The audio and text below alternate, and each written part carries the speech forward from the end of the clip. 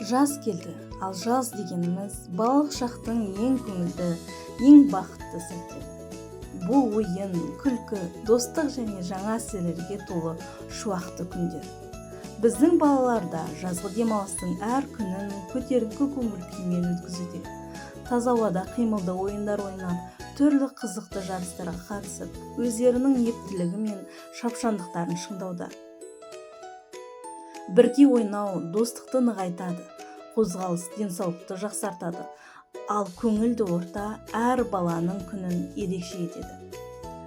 Жазғы демалыс тек ойын мен көңіл көтеру ғана емес, бұл баланың жаңа нәрсе үйреніп, өз қабілетін танытып, шығармашылығын дамытуға тамаша мүмкіндік.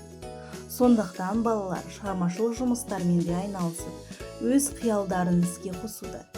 Әрбір жасаған бұйым олардың кішкентай жетістігі, ал әрбір жаңа идея үлкен шығармашылыққа бастар қадам. Осындай қызықты сәттер арқылы балалар бір-бірімен араласып, достасып, бірге әрекет етуге үйренеді. Бірге күледі, бірге ойнайды, бірге жеңіске жетеді. Біздің басты мақсатымыз балалардың жазғы демалысын қызықты әрі пайдалы етуге.